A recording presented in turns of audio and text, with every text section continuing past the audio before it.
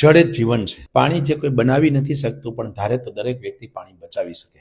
ગીર ગંગા પરિવાર ટ્રસ્ટ જે ગુજરાત અને દેશમાં જળ સંચયનું ખૂબ મોટું કાર્ય થઈ રહ્યું છે, આ કાર્યના ભાગરૂપે છેવાડાના વ્યક્તિ પણ આ પાણી બચાવવામાં ક્યાંક ને ક્યાંક મદદરૂપ થાય, એના માટે જોઈએ તો શહેરોની અંદર પણ ક્યાંક ને ક્યાંક ખૂબ પાણી વપરાઈ રહ્યું છે।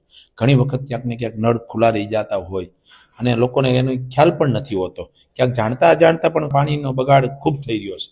તો લોકોમાં અવેરનેસ આવે એટલા માટે ગીર ગંગા પરિવારે એક જાગૃતિના ભાગરૂપે એક સામાન્ય એક નાનું કામ, એક અમારી ટીમ છે એને શું કર્યું કે ક્યાંય પણ સોસાયટી, જાહેર રસ્તા, જાહેર જગ્યાએ જ્યાં પણ પાણીઓની વ્યવસ્થા હોય ને એક સરસ મજાનું અમે નાનું એવું સ્ટીકર મારીએ કે પાણી છે કોઈ બનાવી નથી શકતો, પણ ધારે તો વ્યક્તિ પાણી બચાવી શકે।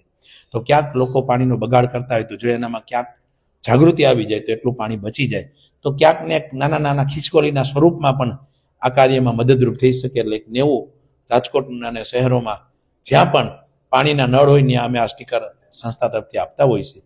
એટલે કોઈ વ્યક્તિને આ અભિયાનમાં પણ ક્યાંક ને ક્યાંક મદદરૂપ થવું હોય તો સંસ્થાનો કોન્ટેક્ટ કરી શકે છે। લોકોને હું તો એ જ કહું કે આપણી ઘરની પણ જાહેરની ગેંડી હોય ને, ગેંડી પાસે નાનું એવું સ્ટીકર મારવું જોઈએ જ્યાં વધારે પાણીનો વપરાશ થઈ રહ્યો હોય, તો જેથી કરીને ક્યારેક આપનું નાનું મગજ યાદ કરાવે કે આપણે આ બંધ કરવો જોઈએ।